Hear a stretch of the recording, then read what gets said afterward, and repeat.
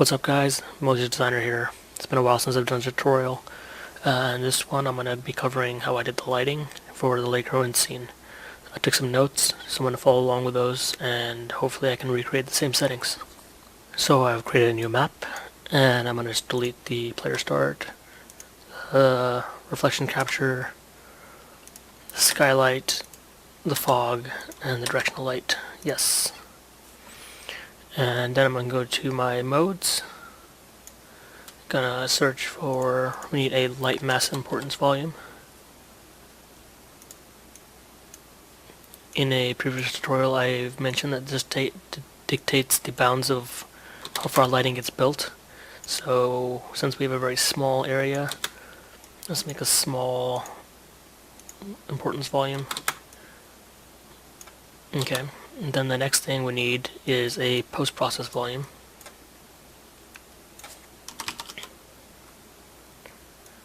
Drag that into the world, and we'll scale it up.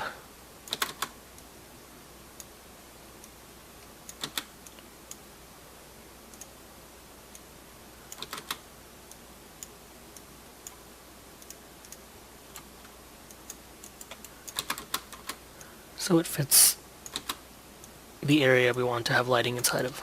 So we have our light, mass importance volume, and our post-process. Alright, so the next thing we need is a directional light. So I'll type in here in the modes light and drop in a directional light. And the settings I put for this guy was an intensity of 12, and in light color the hex value is C88A47FF. This gives a orange hue. Next I need a skylight. So I'll search for skylight in the modes. And the skylight I set to intensity of 2. And its linear, hexadecimal linear color is 0A3042FF. It gives you a dark blue color. I'll leave these values in the description below so you can copy paste them very easily. The next I need is a exponential height fog. So I'll go back to modes, type in fog, exponential, drive that in, and the density of the fog was 0.025. The linear color value of the fog, the unscattering color, is 0B0B16FF, and the fall off of the fog was 0.05.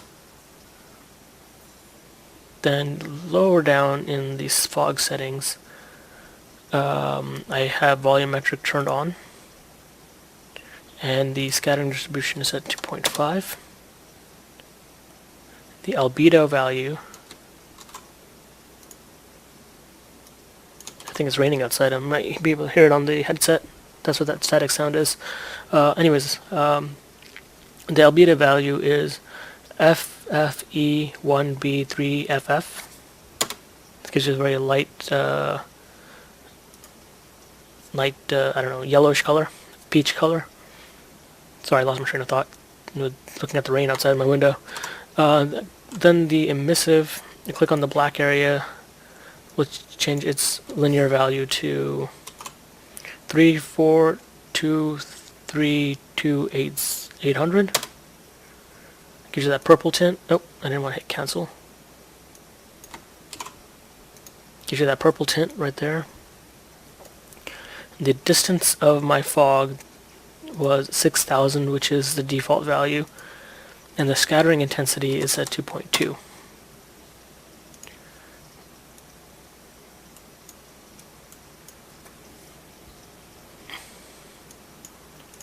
And we can play with the direction of the sunlight.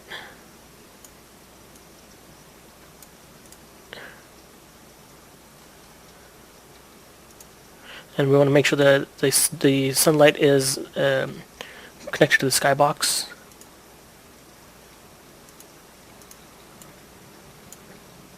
And we can rotate this guy, refresh the material,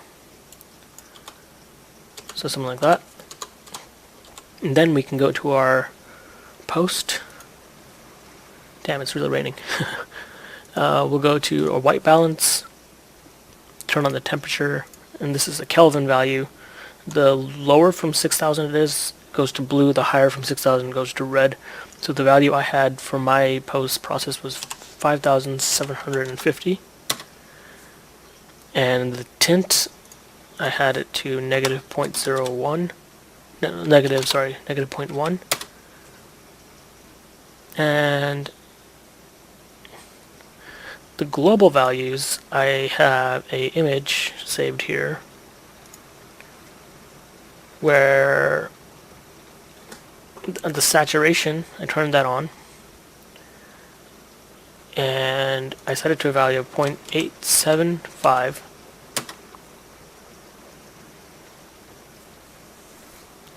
The red value of the saturation is set to 0.743537.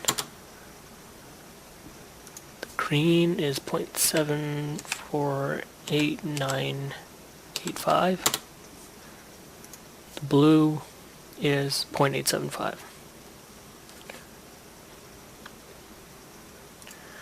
Then the contrast was set to 1.1 with a red value of 1.085392, green of 1.1, and a blue value of 1.089509. Again, when I was building the scene, I actually just moved the slider around in the color wheel, but to save you time of guessing, I just copying the values from my notes. And then the gamma, I set this to 0.8 with a red value of 0.7899, a green value of 0.788528, and a blue value of 0.8. The gain I set to 1.1 with a red value of 1.046, green of 1.1, and a blue value of 1.084323. And finally, the offset was at minus 0.02 with a red value of minus 0.025486, green value 0.02, and a blue value of minus 0.028081. Yeah, that's a lot of numbers there. Again, I'll leave those numbers in the details below, so you can copy paste them. Or if you feel like you can mess around with the color wheels and play with the settings that you feel look better or to your taste. But these are the exact values I used in the Lake Ruin scene. Next, if you want to go down to miscellaneous in post-process, the blue correction, I have this set to 0.6, which is the default value. And the scene color tint is on, and the value for this is BCB9CBFF. Gives you a very light gray color. And then further down, we want to turn on, where is it hiding? Global illumination and indirect lighting color on.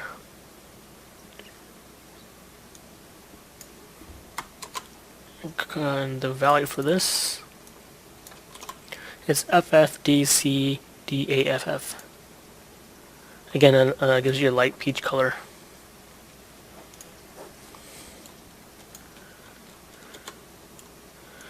So now if I add some of the structures from the scene, static mesh, let's add the water so we get that blue plane. And search for, in material, I'm going to search for water. I think I used Water Lake.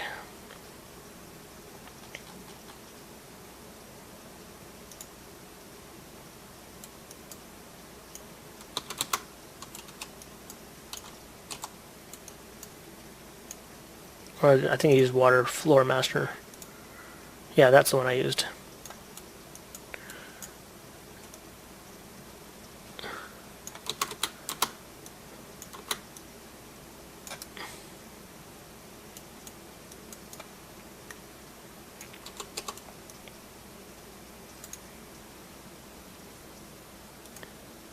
And then if I want to add some other structures in here,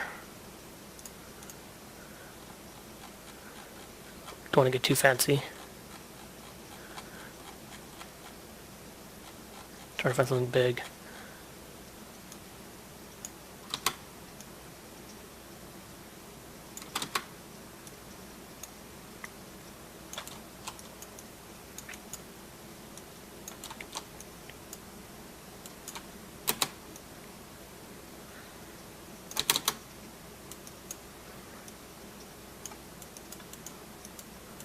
It's too big. Let's just put this tower down.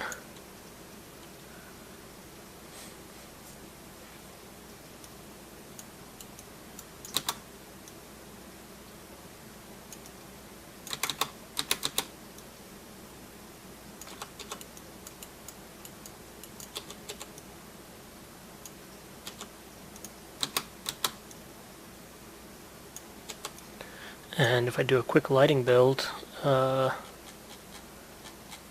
some walls, basically.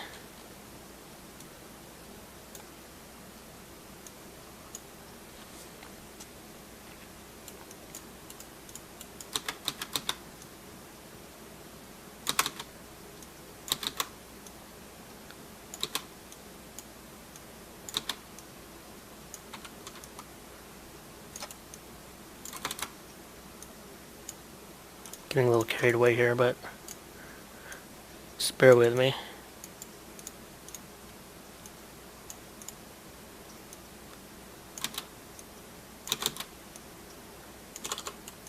So with that done, I'm just going to rebuild lighting and see what happens.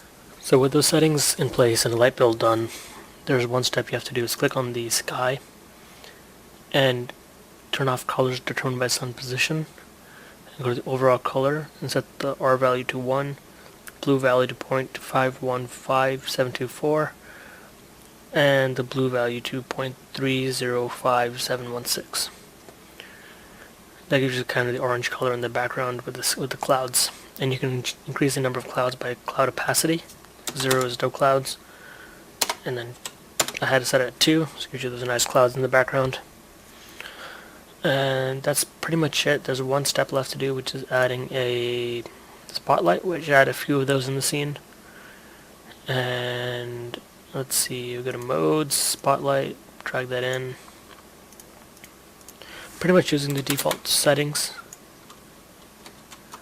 of the spotlight.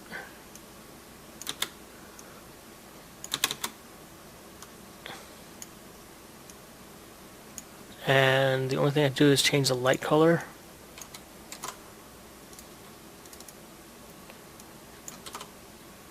to a blue value, and I'll post the value in the details below.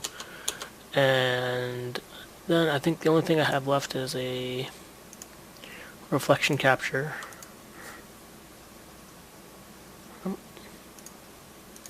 Wrong button.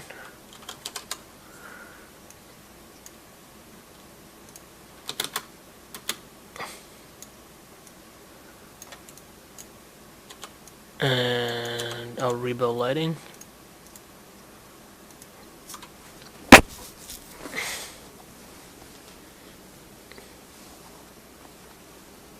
Should take a few seconds because it's a very small scene. There we go, lighting's done. And there you have it. That's pretty much the settings I used on the lake ruin scene. The rest of the details coming from the static mesh placement and the other colors on the rocks and the foliage. But in terms of the actual light settings, that's what I used, and hopefully that's helpful for you guys. If you have any questions, leave them in the comments below, and I'll do my best to answer them. So take care, and I'll see you in the next video.